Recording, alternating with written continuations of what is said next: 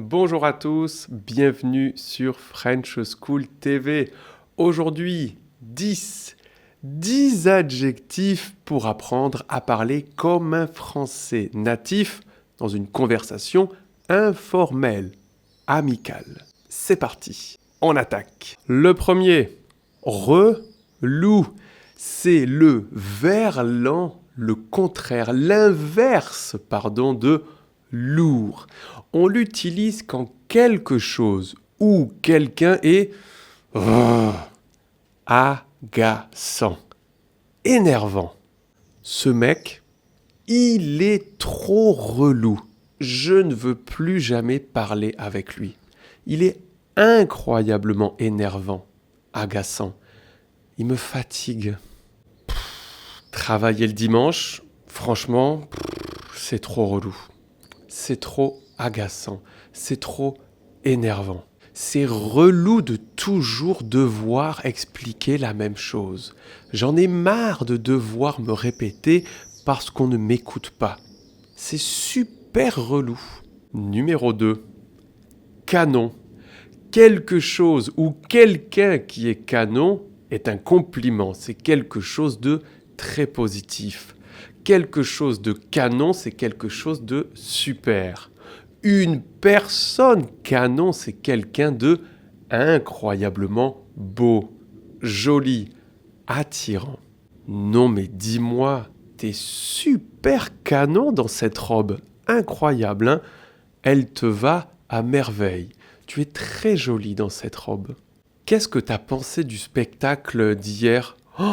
Franchement, c'était canon. J'ai adoré. C'était canon.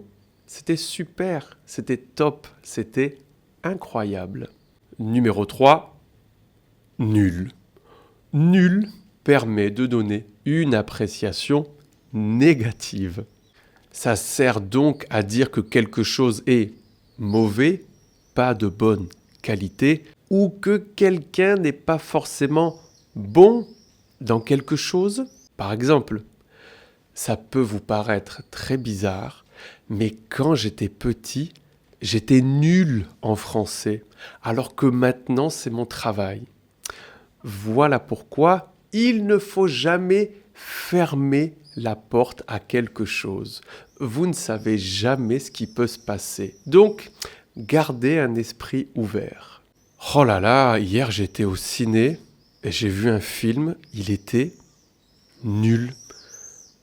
Il n'y avait pas d'histoire, les scènes s'enchaînaient sans vraiment beaucoup de cohérence ou de cohésion.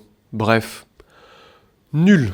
Excusez-moi, je vais faire le relou, mais il faut que je vous parle des souscriptions du programme membre de French School TV sur YouTube. Pour seulement 6 € par mois, vous pouvez devenir membre exclusif et avoir accès à beaucoup d'exclusivité. Notamment un badge qui vous reconnaît comme membre de French School TV, un accès anticipé à toutes les leçons que l'on partage sur la chaîne, mais également à du contenu exclusif rien que pour vous, en plus d'une réduction sur tous nos cours de français. Mais attendez, il y a encore beaucoup mieux. Chaque semaine, vous avez 3 ateliers en direct. Le mardi à 18h, le jeudi à 15h et le vendredi à 10h du matin avec les professeurs de French School TV pour parler, poser des questions, booster vos compétences en français. Si cela vous intéresse, vous pouvez cliquer sur le lien dans la description ou tout simplement ici en haut à droite pour venir nous rejoindre. Numéro 4. Chaud. Quand quelque chose est chaud, c'est quelque chose de difficile, de risqué, de problématique. L'examen de français, il était chaud, hein? Il était difficile, pas facile, compliqué. T'as pas encore eu la réponse? C'est chaud ça, non? C'est risqué, c'est problématique, non? Partir sans argent, c'est chaud quand même, hein. C'est risqué. Ça peut être une mauvaise idée. Quand on dit de quelqu'un qu'il est chaud, ça signifie qu'il est très motivé, qu'il a beaucoup de enthousiasme. Dis donc, ton frère, il est chaud pour partir à la plage. Il m'a appelé 3 fois cette semaine. Il est très motivé, très enthousiaste pour partir. Numéro 5, sympa. Sympa, c'est un adjectif passe-partout. On peut l'utiliser dans beaucoup de situations. Pour une personne, ça veut dire qu'elle est gentille, agréable. Pour un événement, on peut dire que c'était bien. Mais de temps en temps, ça peut aussi être un synonyme de neutralité en fonction de votre émotion. Paul, il est vraiment sympa, hein, adorable. Alors, c'était comment le spectacle ? Sympa, sans plus. Ici, comme je donne un ton neutre et j'ajoute sans plus, eh bien on est plutôt dans la neutralité. C'était sympa, mais pas fantastique. C'était bien sympa ce week-end à la plage. Ici, au contraire, c'est très positif. On peut donc ajouter bien devant sympa pour augmenter le phénomène. Ou encore vraiment. Paul, il est vraiment sympa. C'est bien sympa de ta part de m'avoir aidé. Soyez sympa. Mettez un j'aime et abonnez-vous.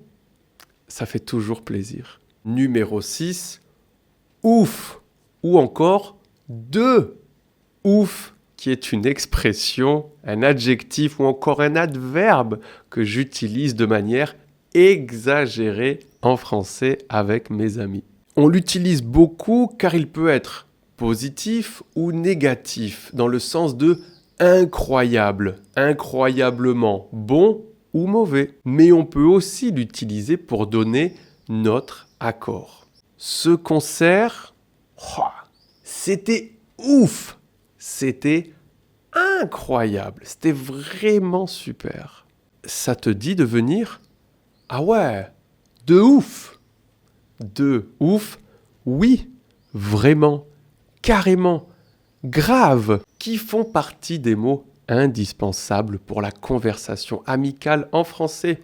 Vous pouvez découvrir cette vidéo en cliquant sur le lien qui se trouve dans la description ou ici en haut à droite. Martin, il est ouf. C'est mieux que tu lui parles pas. C'est pas une bonne personne. Il est bizarre. Numéro 7, chiant. Chiant est un adjectif vulgaire que l'on peut uniquement utiliser dans une conversation amicale, informelle, avec des amis que l'on connaît bien. Sinon, on ne l'utilise pas. Quelque chose ou quelqu'un qui est chiant, c'est quelqu'un ou quelque chose qui est ennuyeux, agaçant, énervant. Qu'est-ce qu'il est chiant ce projet ? Qu'est-ce qu'il est énervant ? Qu'est-ce qu'il est ennuyeux ? C'est vraiment pas quelque chose d'intéressant. Je me rappelle que quand je travaillais comme serveur dans un restaurant, c'était vraiment chiant de devoir travailler le soir et le week-end. C'était vraiment énervant, agaçant, fatigant. On m'a dit que tu t'étais cassé la jambe ? Ouais, c'est chiant, mais c'est comme ça. Je ne peux rien y faire. Numéro 8, cool. Bien que ce soit un mot anglais, il est très utilisé par les Français. Quelque chose qui est cool, c'est quelque chose qui est bien, qui est super, c'est positif. Mais on peut aussi l'utiliser avec pas cool pour inverser le sentiment et que ce soit quelque chose de négatif. T'as eu 18 sur 20 à ton examen de français ? Franchement, c'est cool, hein ? C'est top, c'est super. Vous savez ce qui serait vraiment cool ? C'est avoir accès à des cours de français totalement gratuits sur YouTube. Eh bien, c'est possible. Sur notre chaîne, vous avez 4 cours complets qui sont totalement gratuit. Un cours de vocabulaire intermédiaire, de grammaire intermédiaire, un cours de prononciation complet et un cours d'argumentation complet. Vous pouvez les retrouver en cliquant sur les liens qui se trouvent dans la description. Numéro 9. Abuser. Abuser est un terme que j'utilise de manière exagérée en français. Et abuser, ça signifie exagérer. On l'utilise aussi pour exprimer l'indignation, la révolte. Je ne suis pas d'accord avec ça. On a eu un examen surprise aujourd'hui. Franchement, c'est abusé. Je suis indigné. C'est pas normal. T'as eu 1 sur 20 en maths? Ouais, je sais. C'est abusé. Mes parents vont vraiment pas être contents. Personnellement, je l'utilise très souvent avec non, mais c'est abusé pour exprimer mon indignation. La France a perdu son match à la dernière seconde. Non, mais c'est abusé, quoi. Numéro 10, débile. Débile est un adjectif qui permet de dire que quelque chose ou quelqu'un est stupide, qu'une action est absurde, qu'elle n'a pas de sens. Non, mais cette idée, elle est totalement débile. Elle est absurde. Elle est stupide. C'est débile de faire ça. Ça n'a pas de sens de faire ça. Je ne comprends pas comment on peut faire ça. Il est vraiment débile d'avoir proposé cette idée. Et voilà, c'est fini pour aujourd'hui. On espère que cette vidéo vous a plu. On vous invite à mettre un super j'aime et à vous abonner. On vous laisse d'autres vidéos ici très utiles. 10 mots pour parler le français, 10 verbes pour parler le français, pour devenir membre et avoir accès à plein d'avantages. C'est juste là. Pour vous abonner, c'est juste ici. Salut tout le monde!